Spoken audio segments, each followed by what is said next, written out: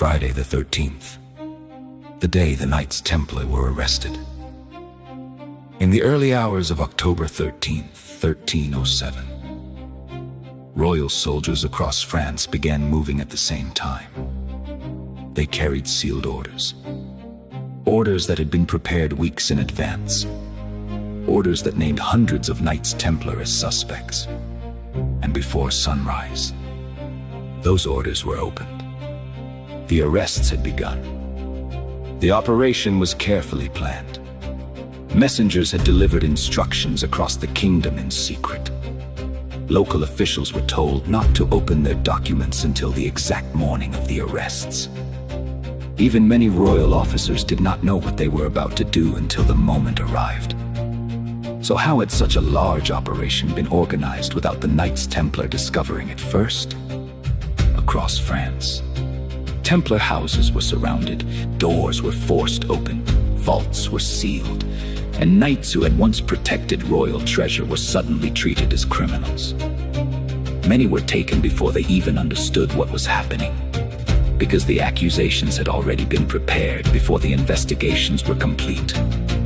Among those arrested was the Grand Master of the Order himself, Jacques de Molay.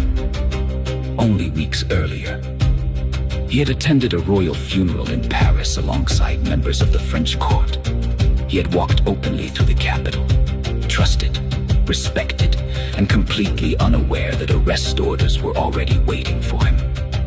So who had decided the fate of the most powerful military order in Europe before the evidence had even been presented? The answer pointed directly toward the French crown. Philip V of France had spent years increasing pressure on the Knights Templar. He owed them large sums of money.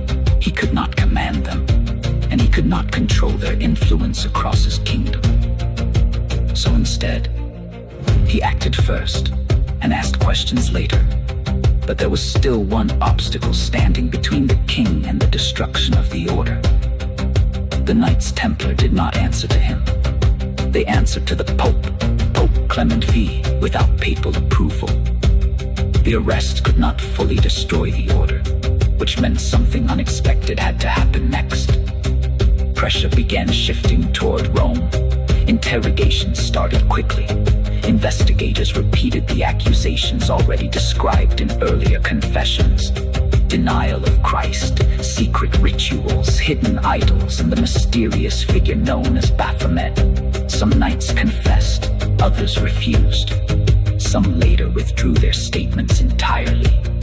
Yet the arrests continued expanding across the kingdom, which raised a serious question. Were investigators searching for truth, or confirming a decision that had already been made? Then something even stranger began to emerge. When royal officials searched Templar strongholds across France, they expected to seize wealth, documents, sacred objects, evidence of secret rituals. Instead, they found far less than expected. Vaults were emptier than they should have been. Records were missing. And some houses appeared unusually quiet, as if something important had already been removed before the arrest began. At the same time, one of the most important Templar ports in France remained active. Ships had been seen leaving shortly before the arrests. Ships that never appeared in royal inventories afterward. Ships that may have carried something investigators were hoping to find. So if the arrests were planned weeks in advance, how did something disappear before soldiers arrived?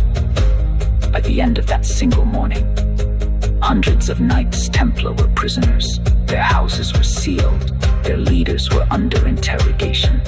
And one of the most powerful organizations in medieval Europe had been brought to the edge of destruction in a single coordinated operation. But the greatest mystery was only beginning to appear, because whatever investigators expected to find inside the Templar vaults was already gone.